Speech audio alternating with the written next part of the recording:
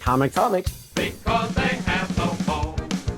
I'm Joe Getcho. And I'm Mike White. And this is the podcast We Like Comics Because They Have No Bones. Find us on social media at Boneless Comics Podcast or on X at Boneless Comics 1. You said X. You actually said X. You wrote it in the notes. I guess I'm giving up. I win. So yes, that is right. We are a clean comic book podcast where we chat about comics from Marvel, DC, IDW, Dark Horse, Image, and more. You can also find extra content on bonelesscomicspodcast.com and on our YouTube channel at Boneless Comics Podcast, because that's how we abbreviate the name of our podcast, because it's too long to say at We Like Comics Because They Have No Bones, because that would be a lot to type. But while you're here, make sure you hit subscribe and also hit the notification bell to get updates on YouTube. Yeah, so this is the first episode of Season 4 of our podcast. And it's really hard to believe that we've been doing this since May of 2021. Crazy. But it's been a lot of fun. And we have some great comics lined up for this season, so get ready to get your war on. That's right, get your war on. We're going to do things a little bit differently because we like to change things up. So I think originally we were just doing audio, and then we did kind of like Zoom calls with some backgrounds and different stuff. And if you can't tell, this is actually not an image. Well, I guess there's an image behind us, but we are actually in the same room. So this is real. Yeah. You're real. He's real. I feel the poking. All right, well, this is a clean comic book show, so we're going to talk about our first comic of this season, which will be The New Warriors, The Kids Are All Fight, and Always and Forever, which was published in 2013 by Marvel Comics, written by Christopher Yost and penciled by Marcus Toe, Nick Roche, and Tana Ford. We like Comics. because they have no phone. So before we get into our discussion, here are the characters that are involved with the story today. The New Warriors are a multicultural teenage superhero team originally created as Marvel's answer to the Teen Titans in the 90s. And I guess the other kind of background information about them is that they've always been a little bit edgy, because that was kind of the era that they came out of. And so at the time, a lot of the marketing was very much, this is going to be a more like extreme team or a teen team than, you know, the Teen Titans at DC. And so they were kind of trying to be like, they're doing like weak sauce stuff, but we're the cool team over here. That was kind of the vibe of the original book. So, but the members of the superhero team known as the New Warriors in this story are Justice, who is Vance Astrovic. He is a mutant whose telekinetic energy powers were activated when he came into contact with his future self, and he's the leader of the New Warriors.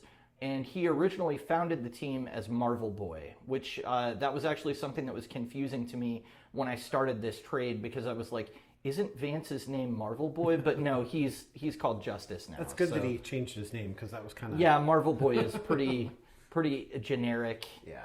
It's the what that old crack of like, Marvel, Captain Marvel, are you guys even trying with your names anymore or whatever, Speedball is Robbie Baldwin, and he is kind of the comic relief, but he's the happy-go-lucky superhuman that was irradiated by an extra-dimensional energy source, which surrounds his body with a kinetic energy field.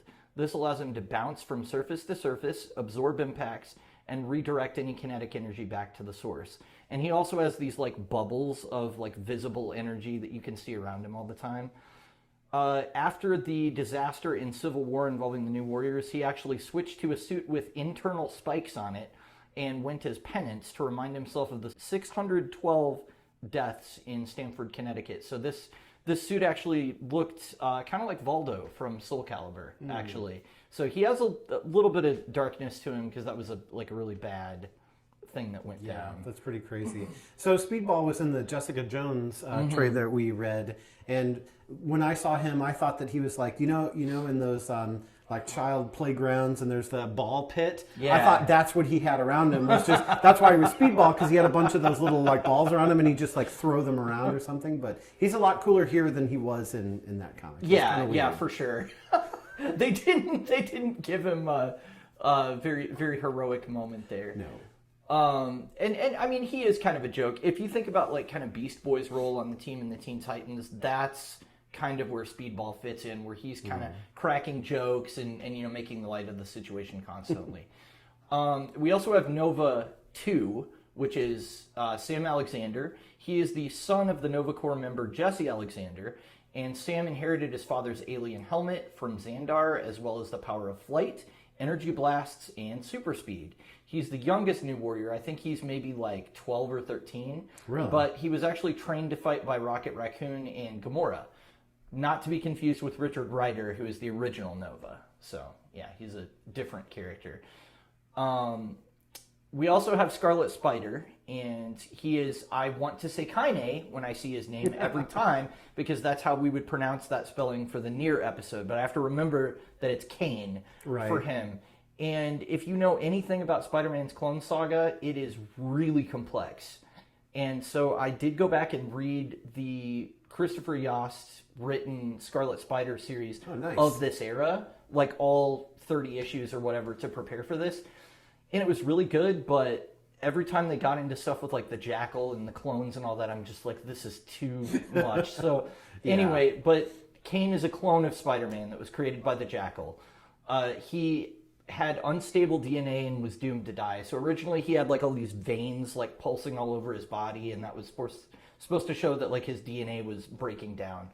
But Peter Parker helped him to stabilize his cells, and so after that point he moved to Houston and met Hummingbird there, and she's actually another character that's going to be in this trade, but she was introduced in that other series. He has Spider-Man's abilities without the spider sense, but he has organic webbing, so he doesn't have the shooters that Peter invented. He has wrist spikes that can come out and be retracted, and he also has a burning acid touch, and he can communicate telepathically with spiders. He's also an edgelord. He's a very 90s character. He's like constantly swearing.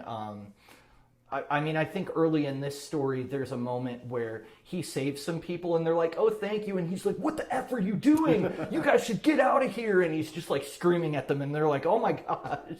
So that's, yeah, he came out of that edgy 90s era, but he still kind of has that like personality a little bit. So. It's kind of like Spider-Man Noir, who is from a certain time period, and you can really tell because that like is the character. Yeah. But Scarlet Spider is like that version of it from the 90s, where it's like he's very much a 90s character. Yeah, I think in the recent Spider-Verse movie I can't remember, I don't think it was Spider-Man 99, but it might have been Ben Reilly or one of the other clones that they briefly showed, and he was kind of just like brooding and angry, and it was just like a quick joke, but that's kind of the vibe of, you know, the original comics with Kane. Yeah. So, we also have Water Snake, or Phaera Ser Namora, and I'm not sure if I'm saying that right. She is the Atlantean attendant to Namorita, who was one of the founding members of the New Warriors. She can manipulate water with her mind and primarily uses a water axe as her primary weapon.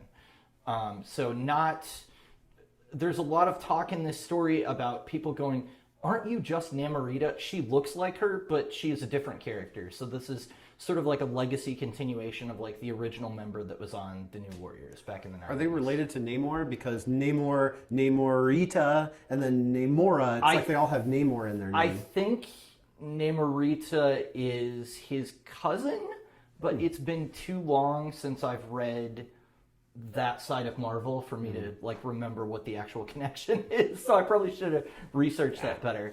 But she has blue skin, which most of the Atlanteans tend to in the comics, and I don't remember what the explanation is for why Namor himself doesn't, but he has always been like, I don't know. He just looks like a white dude with elf ears, basically. So I don't know why there's a difference there. I haven't looked into that, but well, something else to keep in mind too is that when we say Atlanteans, we're talking about Marvel. Yeah. And so if you're thinking about Aquaman and all that Atlantean stuff, that's DC. That's completely different. So this is Namor Atlantis. So. Yeah, it's totally different thing. So.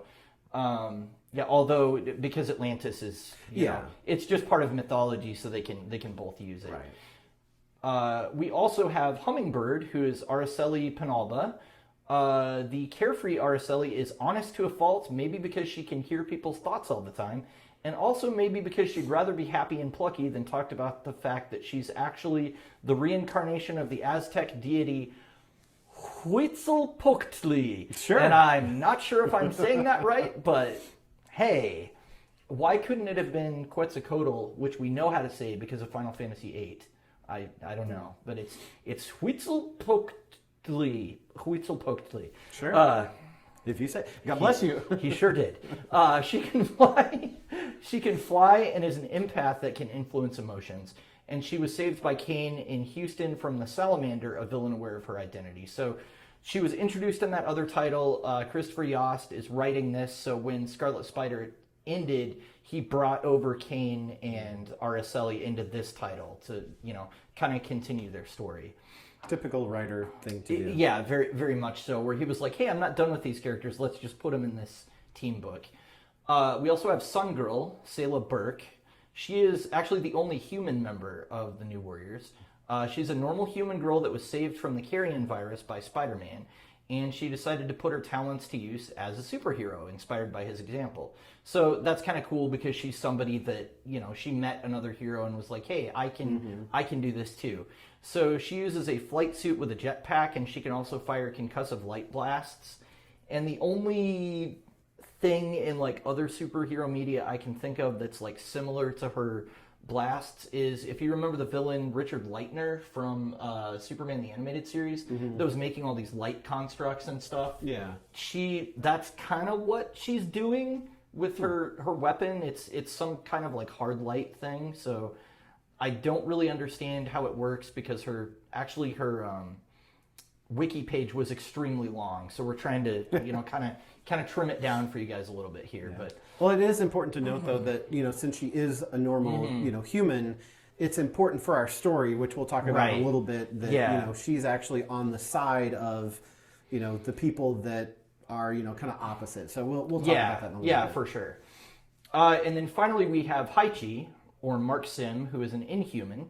He is not originally from the Inhuman city of Atalan, but was revealed as an Inhuman when a Terrigen bomb was detonated on Earth, transforming thousands of people who thought they were normal humans into powered individuals.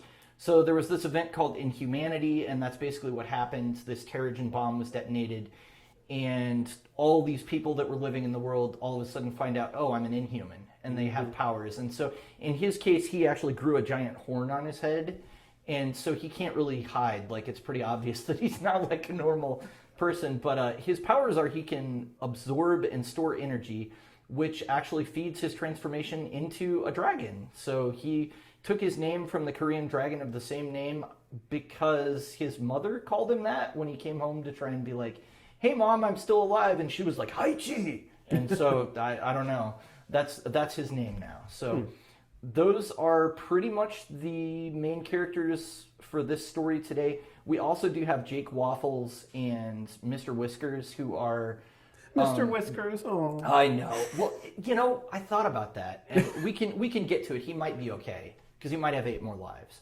But Jake Waffles and Mr. Whiskers are... One is a dog and one is a cat that have been, evolved to intelligence by the High Evolutionary. So if you've seen Guardians of the Galaxy 3 and seen all the kind of animal people, they are definitely a component in this story, and they show up here because High Evolutionary is the villain. So before we get into the story discussion, and I know that for our audience, I'm sure that was a massive info dump, do you feel like 8 characters is too many for a team book? Because there are actually so many that it takes the first 2 issues entirely to introduce them all. I mean, I think it's good that they took 2 issues to do that, because if it had been, just a quick blip of, hey, these are all the characters, and then we start getting into it, it gets hard to keep track of, who's who and what's going on. But the fact that he actually took the time to explain and kind of give everybody an intro scene, I thought was cool. And they're all so different characters that it's not like, hey, here's a, Spider-Verse where it's which variant of Spider-Man are you? That kind of thing. So they're all very different, that I thought it was easy to keep track of them. But when you talk to other people about this comic, it's hard to say oh, well, who's in that book? Well, we have, we just went through, there's a lot of them. Yeah, and I think if you're reading it, it introduces you at a slow enough pace that you can kind of follow it and pick it up.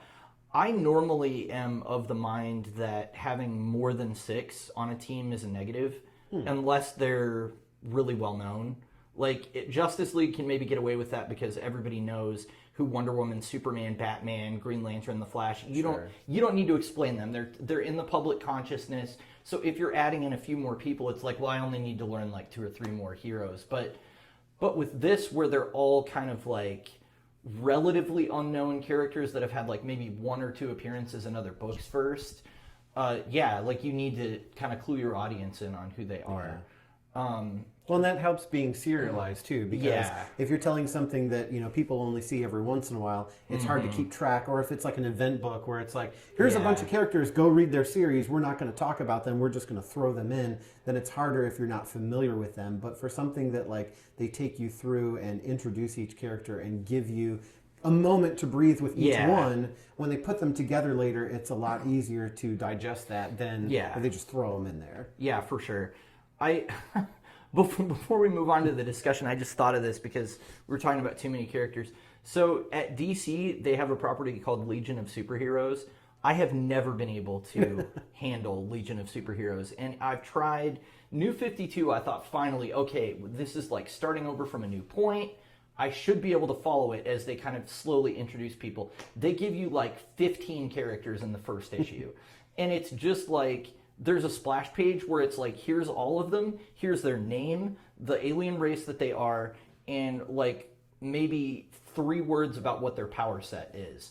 And then I studied that page for like so long before I went on in the story, and finally I was like, I just have to go on, and if I don't remember who somebody is, I guess I just have to deal with it. So it's so nice that this like takes its time and lets you kind of get into it. Well, and there are some comics that like when they have a whole bunch of characters. I know some of the Deadpool comics did it where they have like a little, drawing of the character and then like a little like their name or just something short about them on the the first page. So then like some of those comics, like I'm reading it and then I have to go back to the first page. Who is that again? Right. What was going on with them? So It's nice to have the reference, and I think they tend to do that in like the monthlies more, where like the first page of an issue may be like, here's who everybody is, and a recap, and especially if you're waiting a month to get a book instead of reading it in trade format or after the fact like we are. Sometimes it's like, what was happening again? Because that was 30 days ago when I read that. So We like comics. because they have no home.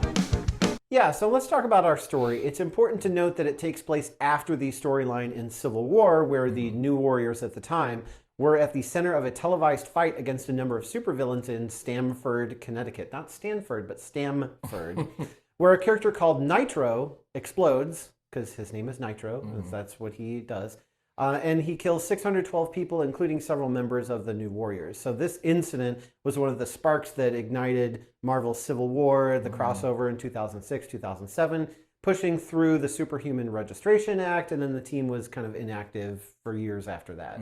So this, now we pick up for our story where Speedball and Justice want to start a new legacy, so they gather a new group of new warriors to stop a villain named the High Evolutionary, who's raised an army because he wants to eradicate the Atlanteans, Inhumans, Morlocks, clones, and hundreds of other genetic deviants that have been corrupted by science or magic or alien tinkering. And the reason he's doing this is because the Celestials, which as the name implies are celestial beings, are coming to judge the Earth, and so the High Evolutionary is told basically that the presence of all these non-humans are going to cause the Celestials to judge the Earth and destroy it and burn it in fire and all that good stuff. So he has to, take them all out because he wants to save humanity. So the High Evolutionary, thinks he's the good guy in all of this by killing all these people. Well, and that includes his like animal mutations that he's created as well.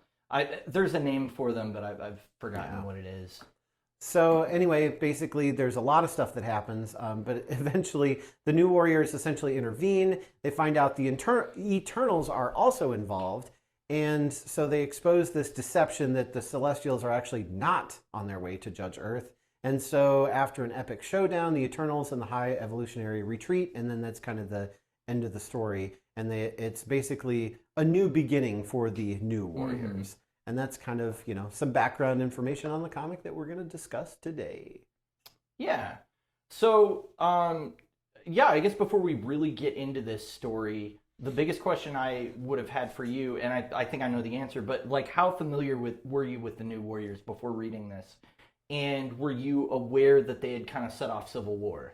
I mean, that was, kind of it. Yeah. They set off Civil War, and then after that, that was kind of Right. it. Like, I hadn't picked up anything that had New Warriors. I mean, I was aware of some of the characters, like we mentioned Speedball, and of course Nova. I mean, he's probably the most famous of them all, just like Rudolph, but a lot of characters. Just like him. Well, Rudolph flies too. So the most famous New Warrior of them all. But yeah, I don't think I was familiar with any of the other characters. Well, High Evolutionary and Eternals. Yeah, yeah. Scarlet Spider. Yeah, we can talk about the Eternals later. I don't think I have any specific discussion note about them, but I was a little unclear towards the conclusion of the story on exactly what happened with. There was basically one of them that was pushing for this agenda, and the rest of them seemed to be like, "You're wanting us to do what now?" So it was kind of I was a little bit unclear on, but I don't know those characters super well. But my background with them is that I actually picked up some of the comics, like individual issues in the 90s, and just this is back when you had like the spinner racks in grocery stores. And I just saw a cover and was like, hey, that looks cool. And so I had read some of them back then. Once trades released, there's a whole series, and they were created by Fabian Nicieza, who also created Deadpool. He was the writer, and then Mark Bagley, who we know really well from Spider-Man, was the artist that worked on them. So those two were kind of the creative team behind them.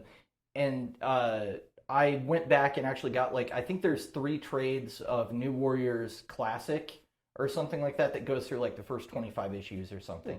But that original series ran for like 60 issues, so they had like a pretty good run.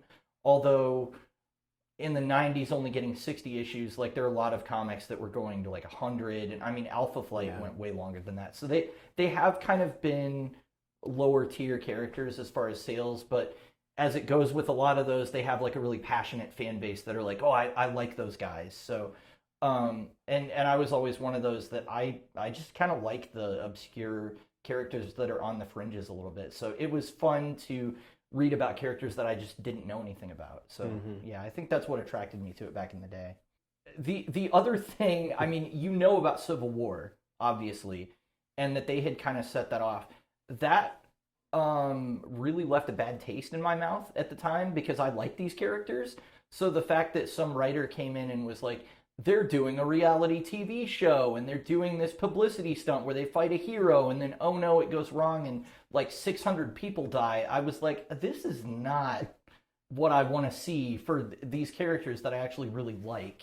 Yeah. So I was not really a fan of that era, and this book feels like it's kind of trying to correct that a little bit, where it's kind of trying to like pull them back from that and make them redeemable again. So they're just a group of goofy kids who thought that they could be heroes, and they totally screwed up, and then that was the end of it. Right. So like in my mind, I don't know that I realized that they were actually separate. I thought maybe they were either something that nobody had really cared about, or they were mentioned in one issue, or they were just created for Civil War just to throw away. Like I didn't even know that it was actually a series and that people actually enjoyed it. Yeah, it was, I mean, this is around the time when Bagley was a really hot artist name, and Fabian Nicieza was really, taking off as well. I couldn't tell you if it was before or after Deadpool, but it would have been close to that time, when they were doing this. So, and that was kind of the mandate at the time, was like, hey, we want to get a teen hero book out there, but can you guys make it edgy? And so while they did, it also had this kind of component of like the characters are kind of going like, well, the Avengers have their way of doing things and we have our own way and we're going to do it. That's why they're the New Warriors, because, they're kind of going to use different methods than what the Avengers are doing and kind of trying to distinguish themselves. So I'm glad that this book exists, just because it's really good to have something post-Civil War where they're not just like we killed all those people and how can we ever come back from this? Yeah. And, all of that, because that really was not something that I was a fan of at the time. But as far as the other characters, there were long ongoing series for Nova and Scarlet Spider at this time. Did you have any like knowledge of those characters coming into this? I mean, Scarlet Spider, knowing that he was created by the Jackal, but kind of like what happened to him afterwards. I hadn't read any of that, so it was kind of interesting to see him again and go, okay, wait, which clone was he again? Where did he come from?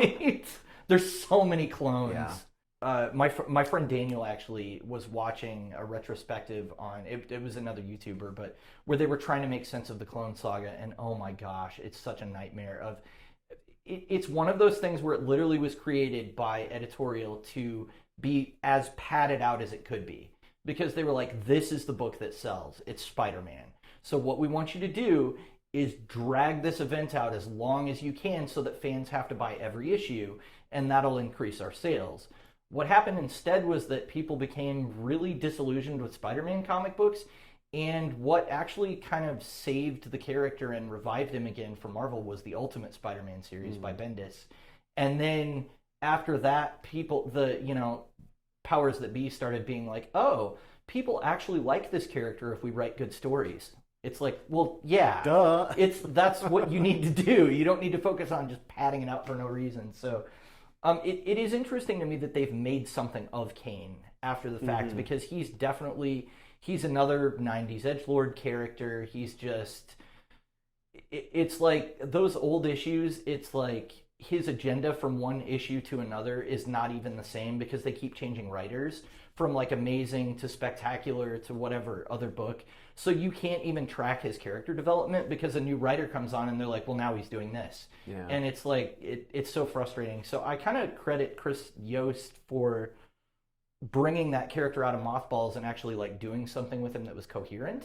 So that's kind of good, you know. Well, that's the cool part about all the Spider-Man characters is like there's some of them that are very interesting and they're so different from Peter Parker that they're kind of their own character, but they have that sort of like Spider-Man flavor of all the stuff that you enjoy kind of about that character. So it's really neat to have those like variants that are very different and don't, their real names aren't a variant of Peter Parker either. So you can kind of disassociate him a little bit, but you can have kind of that cool, Spider-Man edginess and wit that that he's known for. Well, and it's fun to see him interact with everybody else too, because I view him kind of like how when Seven first came on Voyager, he's very toxic to everyone. I mean, he says exactly what he's thinking. Like he does not beat around the bush. He swears at everybody a lot, and because Hummingbird is already friends with him, she's kind of just like, oh, you, and everybody else is like, who is this guy? Like, what is his deal? So it is fun to have that character that just comes in and is just like rude to everyone.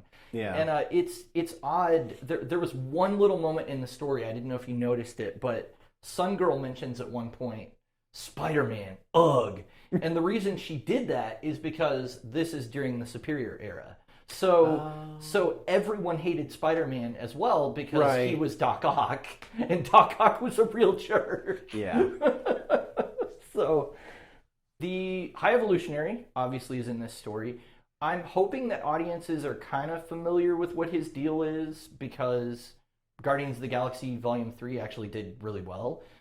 So as a character in the comics, he's pretty similar for the most part, as far as like his thing is he's been evolving animals and trying to advance humanity into like the next evolutionary stage. It's just that this story is kind of like an inverse of that, where he's realized like, oh, I screwed up, I need to back away from that. Yeah. But after watching Guardians 3, did you feel like the way they portrayed him there was kind of consistent with the comic, or?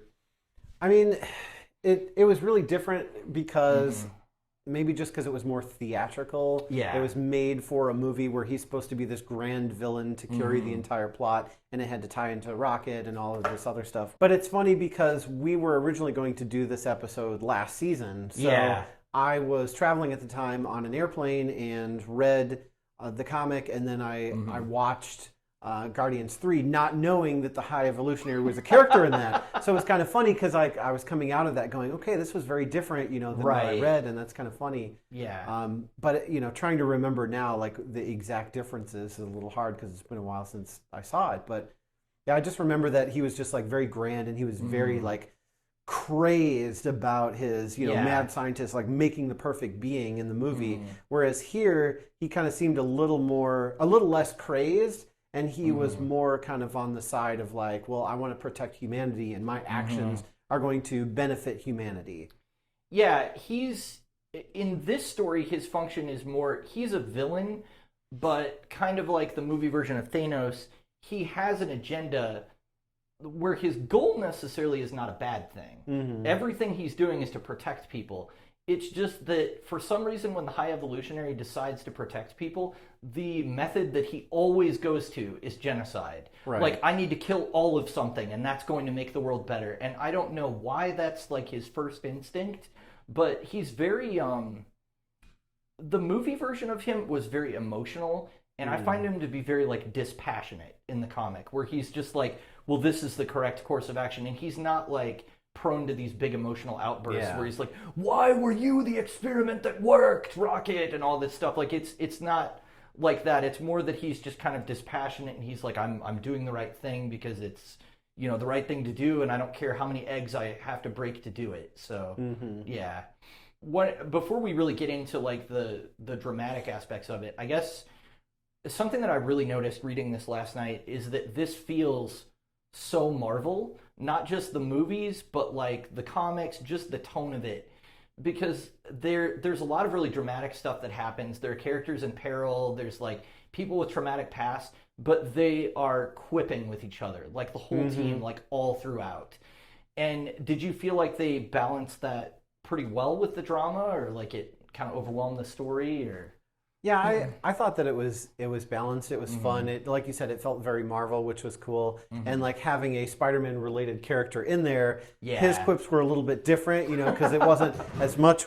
It wasn't as much on the like humorous as it was on the like rude and in your face. Yeah, very much so. So it's kind of funny to have like a Spider-Man character that like everybody else was funny and he was just kind of like mean. But you know, so it wasn't like cliche or typical, and it's like, oh, that's Marvel, it's super funny, ha ha ha. But I thought it fit really well, and it kind of helped the story along. Yeah, it was. So I've come down hard on this sometimes, especially in the movies, because there are times when I feel like it's forced. It's like oh, really okay, bad. There's too much, and I love the Doctor Strange movie, but I think it's very clear when you watch that first movie that a different writer is writing the jokes than the rest of the movie. Like, it feels like you just broke out to have this little skit, and then we kind of get back to the thing, and it's just a little bit jarring, and this felt really cohesive. I will say there are some truly bizarre moments in this story. Like, there's a one-off issue where the mascot of, I think, the Houston football team has been transformed by a space meteor into a giant monster. Yes, like Godzilla-sized bear mascot, Choke the Bear, that is attacking, yes, he's called Choke the Bear, where he's attacking we didn't name the him. city. So there are moments of just like comic book insanity where it's like, what is happening here? But it was so little of it, and the rest of the story was so serious because it's really about the High Evolutionary basically trying to eradicate every species on Earth except humanity. I think it was nice to have those little breaks, you know, from the action and stuff. And it's always nice to play Kane up against a character that is really goofy, because he just does not do goofy at all. So to see him go up there and just like rip out one of the eyes and all this stuff, it's just like, oh my gosh, that's not what Spider-Man would do. You know? Yeah, kind of like the Cable Deadpool dynamic, where it's like one is just goofy and the other one's just very serious. Oh, we have to get up there. Well, we have to save them, or we have to do this. And I think Justice like saw the humor of the situation a little bit more and was kind of like, this, I can't believe we're fighting a giant mascot, and Kane's just like, we have to kill this guy. You know, that's kind of his vibe. So it's got some weird over the top stuff in there, but ultimately I think it feels grounded enough where the humor is not like forced. Yeah. So yeah, there's a little bit of precedent for them to interact with the Avengers before this, because the backstory for Robbie Baldwin, actually Speedball, and also for Justice, or originally Marvel Boy, is that they originally tried out for the Avengers, and they were told, oh, you're too young in the case of Robbie, and you're too inexperienced in the case of Marvel Boy. So Cap actually rejected them and was like, you guys aren't cut out to be on the team. Do you think that the characters are actually dangerous? Because in this story, there's a whole issue where like Cap and Thor are basically like you guys are a damaged brand because of what you did in Connecticut, and you need to stop doing your thing. Yeah. Well, that's what I was going to say. Is like if Civil War taught us anything, they definitely are dangerous and can lead to explosive results. So, but I'm glad that we didn't sit on that too much because if that would have been the theme of the entire run, that would have been, kind of like a depressing, like, oh, they have to climb their way out of this. But, looking at it from the Avengers perspective, I mean, it's like the Avengers, supposedly, anyway, are professionals and, are handling all of these big threats. And it's like, these kids want to get together. They're just going to cause more harm than good. But don't they know that when you tell a kid not to do something, that's exactly what they're going to go do? Exactly. So wouldn't it be better to be like, okay, you know what? We're not going to put a stop to this. So let's at least assign a chaperone to, oversee this. And because they did that on Young Justice, which is DC, but they had somebody from the Justice League who was a chaperone that would kind of like either train them or take them on a mission. And it's like they had somebody who would make the right call if something happened to keep everybody from getting out of line. So I think that would have been probably a smarter thing to do than to just be like, well, you guys are a damaged brand, so you just need to stop. Anyway. Yeah. Well, I mean, it may have been Tony that said that, actually, not Cap. Oh. But now that I'm like thinking about, I read it yesterday, I should remember it better. But at any rate, Tony can kind of be, a little abrasive at times anyway. Justice really reacts to that, where he's like, you know what? Screw you guys. I'm tired of like trying to be an Avenger and trying to be like good enough for you guys. We've actually saved the world. And we saved the world. At this point, they've actually stopped the High Evolutionary, at least temporarily, from eradicating all the other races. Now, he comes back at the end of the story, but he's like, we've already stopped this like world-spanning threat that you guys have no clue even existed. And now you're telling me like you don't need to be out there like doing hero work. He's kind of like, you would all be dead if we weren't here. So I kind of got with him there a little bit, where I was like, yeah, like they should at least acknowledge that they have done some good. And I'm glad that they didn't spend too long with the redemption arc too, but that is kind of where Vance and Robbie Baldwin are at the beginning of the story, where they're like, we kind of want to put the team back together, but it's partially because we want to dig ourselves out of this hole, but it's also partially because they're just like, we're heroes and like that's what we do, and we need to go out there and kind of find an outlet for it. So I thought it was kind of neat to play them off of each other. And they did have to address it because it was a big thing that happened in Civil War, so it did have to be, addressed at least. Yeah. I wish I could remember who wrote that story, but I mean, it had to have come from Marvel editorial at some point because it led into the event. But I'm glad that we've moved on from that. It's part of my enjoyment of this trade really comes from seeing these heroes be heroic again and move past that event. And so it's really nice that we acknowledge it, but we don't stay there. Right. Exactly. So the biggest theme in this story really that I could kind of pick out when I was looking at it is kind of the search for identity. And did you feel like each of the characters' stories kind of hit on that well? Because we've got Haichi, who is like, he's become an Inhuman and he's like, I don't know who I am anymore. But we also have, Justice and Speedball don't know what their place is in the world. They're kind of looking for that. Everyone is calling Scarlet Spider Spider-Man all the time, which he absolutely hates. And even Water Snake, everybody's like, you look like Namorita. Aren't you Namorita? And they keep doing that. No! Especially Speedball for the whole story is like, but you're really her, right? Did you just lose your memories? And she's like, no, I'm her attendant. Like, I'm not her.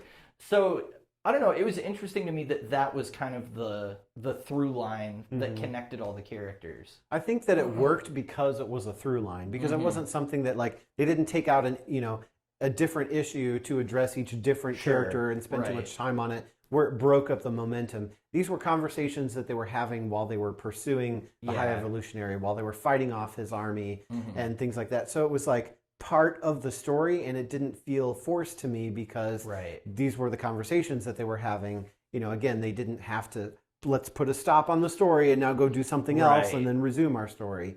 So it kind of kept it moving that way. Yeah, I think it was good.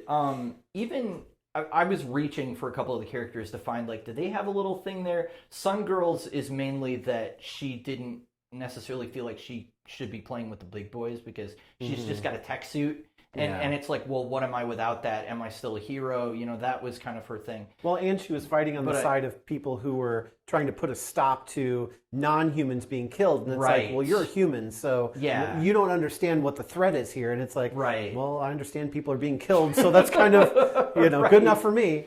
Yeah, she's interesting, especially because she's human, because the High Evolutionary multiple times early in the story is kind of like, well, I'm not going to kill you because you're human. Like, he kind of leaves her alone, and then she'll shoot him in the face or do something because he's leaving her alone, so she has the chance to fight back. Kind of like it's a cat.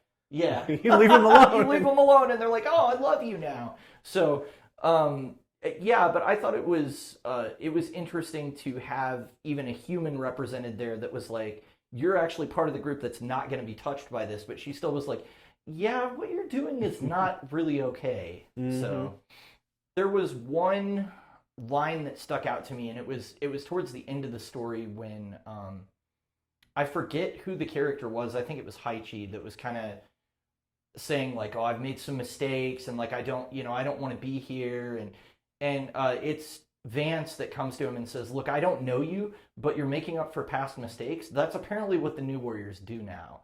And maybe I'm thinking about it too much, but I thought about like the edginess of the 90s, and then it kind of culminating in all those deaths and all this stuff.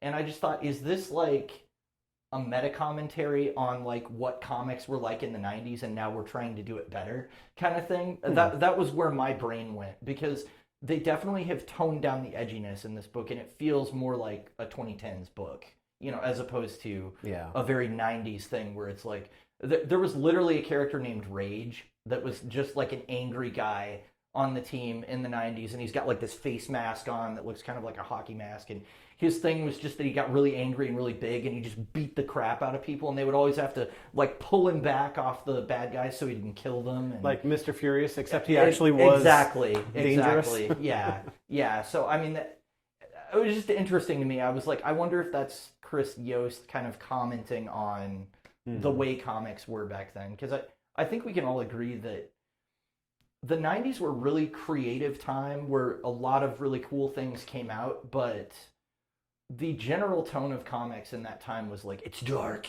and it's edgy and people are gonna die. The heroes are gonna kill now, and you know, that was kind of where is she? Yeah, exactly. You know, so why'd you say that name? Why did you say the 90s? Yeah. Exactly. Yeah. I mean, it could have just been a commentary on the fact that the New Warriors were, you know, a damaged brand and had to start over. Right. Then the people that they were bringing in were not exactly functional either, so they had to kind of learn to work together, and you know, that kind of thing. So kind of just like a theme, overall theme, like a summary of the theme for the story. So I mean, could have been just that, but it could have been more too. Yeah, it's, I don't know, there are a few good lines like that in this. I feel like the writing was generally, especially the dialogue, like in a team book, you need the character interplay to work really well. And you can tell if the writer is, you know, prefers one character over another, but I really felt like everybody kind of got their time to shine. And, you know, there was even like one or two issues where we just focus on Haichi dealing with the Inhuman stuff and all of that. And I feel like everybody kind of got their moment. My only real gripe about it is that I feel like the series could have gone longer and had more of those character vignettes to really like flesh everybody out. Like, let's see more about where Sun Girl came from and what was going on. Her father was an inventor that she took the jetpack from. Like, let's dive into that, you know, and things of that nature. So I feel like the characters had legs that they could have kept going, but unfortunately the book got canceled. Yeah. So it ends in issue 12.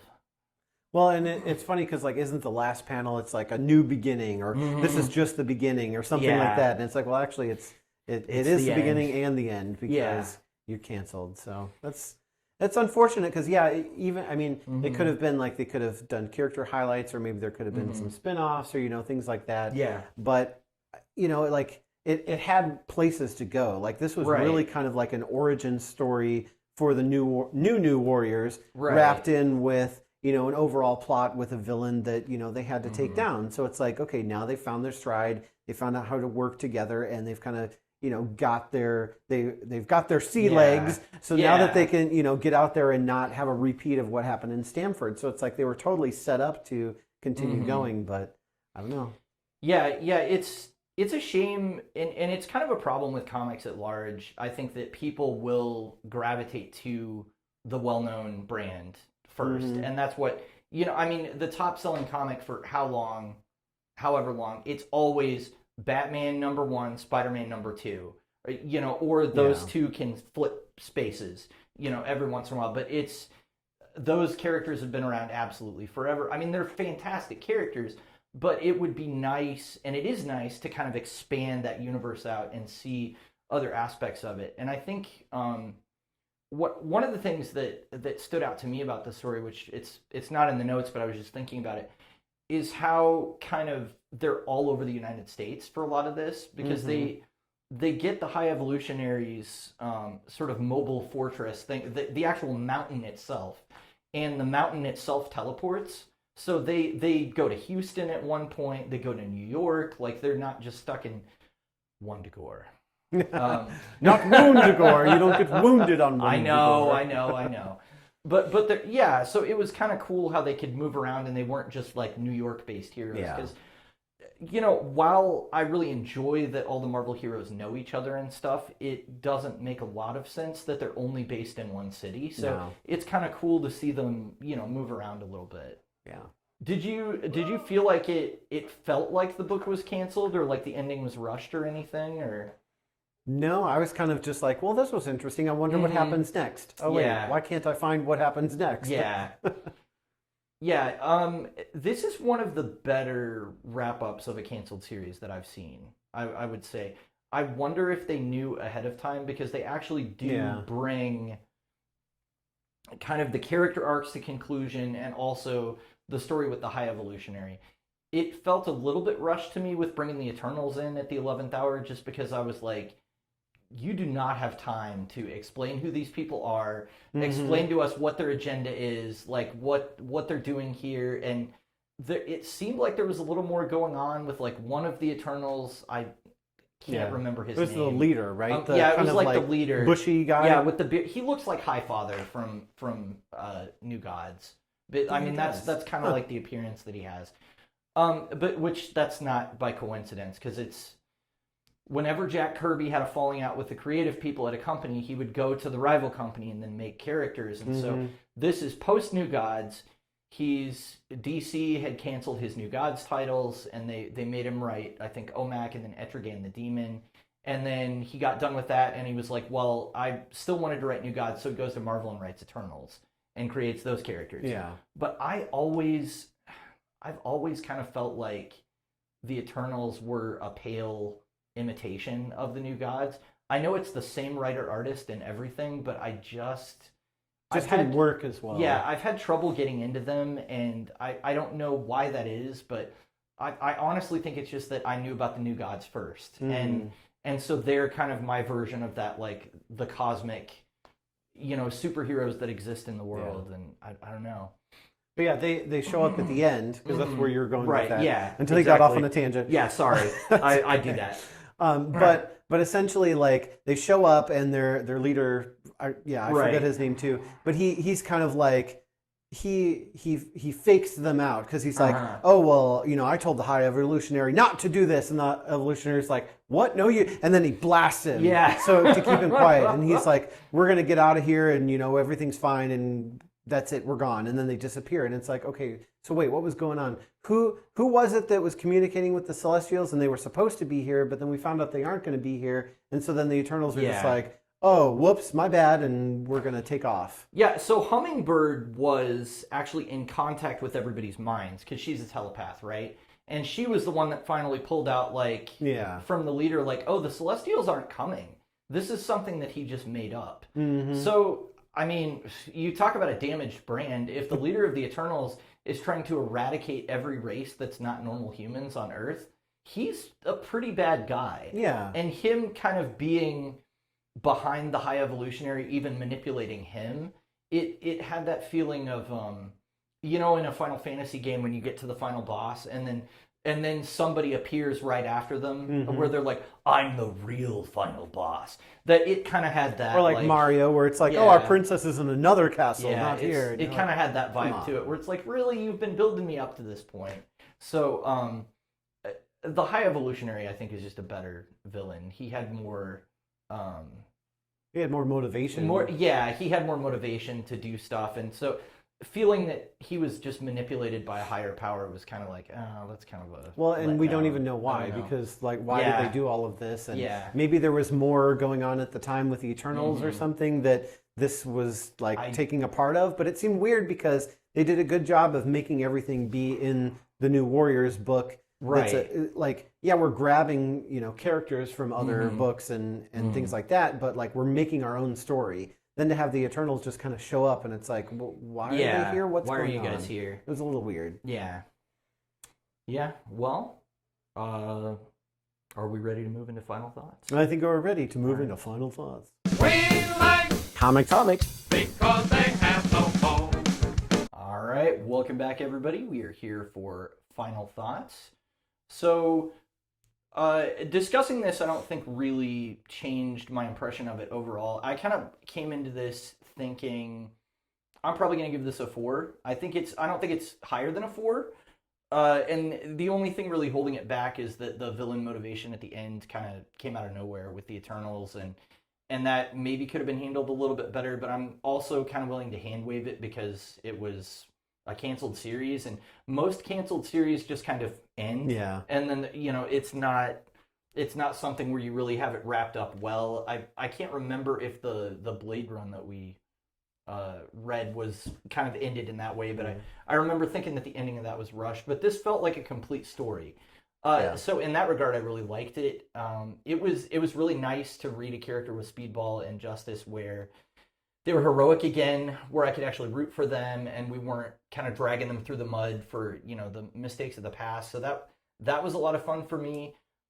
Also, just somebody that's familiar with their legacy, they brought Silhouette in, which we didn't talk about, but she's a teleporter that she's actually, like, disabled, and she uses, like, these crutches to walk on, but she has, like, this dark force energy that she can manipulate that she uses to teleport people on the team around.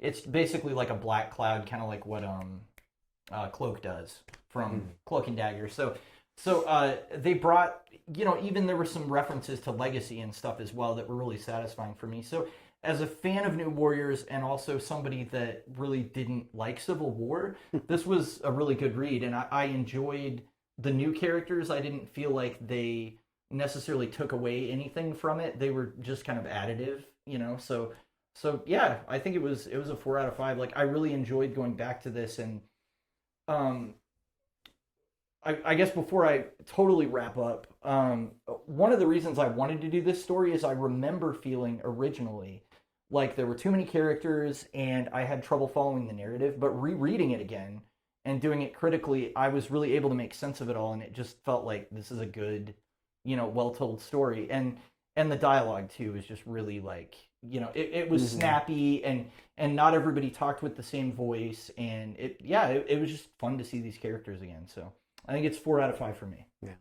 So this is another one where we have very different experiences because this was something, again, you picked up in the 90s and, had experience with, whereas, my experience was colored by Civil War. So I, came into it going, okay, I really don't know what to expect, with this and, another kids group. But I really enjoyed it. There really wasn't any, like drama or issues where they kind of tried to, it wasn't like a teen book where it's like there's all this crazy teen stuff going on. So that was, good for me to read anyway. Some people like that kind of thing, but whatever. But I thought the characters, were really interesting. They were all different, and we kind of got to learn about them as we went on. So that was nice not to have that kind of like info dump or have that, well, you already know who this is from reading, all the rest of the Marvel Universe comics. So we're not even going to bother, that kind of thing, except for the Eternals. That was, maybe the exception. But, I don't know. But yeah, so I thought, just diving into it, something I hadn't read before, characters I wasn't familiar with, I was able to pick up on it. I liked the characters. It took me, for a ride that was really enjoyable. And I was disappointed that, to find out that it was canceled. So I'd say this is also a 4 out of 5 for me. Oh, so nice. for different reasons, but same kind of thing. Like I really enjoyed it. So that's cool. Well, and it is season 4, so it makes sense that we would give it a 4 out of 5. Oh, there you go. Every episode this season will get a 4 out of 5. No, that would kind of ruin the whole show. Yeah. Well, and then season 5, we'd have to find amazing stuff to review my because gosh, everything would be a 5, And then in season 6, we would have to change our entire rating scale. So. Or would we just start over? Start over from 1? Go. Everything sucks. Oh, it's all Everything's horrible. bad. Hate it all. Well, that's cool. I'm really glad that I was able to kind of introduce you to something that you actually enjoyed. Because I know I kind of struck out with Blue Beetle, so it feels good to have another property that's a little bit more on the fringes that I can kind of be like, hey, these are these are cool characters. I think it's a good indicator for me that you liked it when you say like that you were kind of disappointed when you were like, oh, that's it, like it got canceled. Like it's that's always a shame, but there are also series that go on way too long, like the Clone Saga. So I don't know, maybe it's good that it kind of just told its story and then we got out. Yeah. But all right, well, that's a wrap on our review of New Warriors. So we hope you enjoyed this episode of We Like Comics Because They Have No Bones, or Boneless Comics Podcast for short. Make sure you rate us on your podcast platform of choice, and also comment, like, and subscribe when you see us on YouTube. And tell us what you think of this comic by posting on social media at Boneless Comics Podcast or on X at Boneless Comics 1. X! Use Twitter. Hashtag. Twitter. We always have to do this. Twitter. X. Send us a tweet. So that's the other thing is like you would send tweets, right? Right. But now what do? You send X's? You send X's? Like I don't want kisses? I don't want to see any of my. Just X's. don't send 3 in a row because that's No. not good. That's a totally different website. Or grouping of websites. Using the hashtag Boneless Comics Podcast for all of your questions and comments. Next episode, we will discuss Sonic the Hedgehog Volume 1, Fallout, Volume 2, The Fate of Dr. Eggman, and Volume 3, Battle for Angel Island, which collects issues number 1 through 12 from 2018, published by IDW, written by Ian Flynn, and illustrated by Tracy Yardley, Adam Bryce Thomas, Jennifer Hernandez, and Evan Stanley. All right. Well, thanks for listening, and we'll catch you later. Catch you later. X! Get your war on! Yeah. Get your Sonic on. Gotta go fast! At least Sonic doesn't go. What was it Jaleel White said? He was like, let's juice, or something like that whenever he was... I don't think he was talking about oranges. I don't know. No, probably. That's not pumpkin juice he's drinking. We like Comics. because they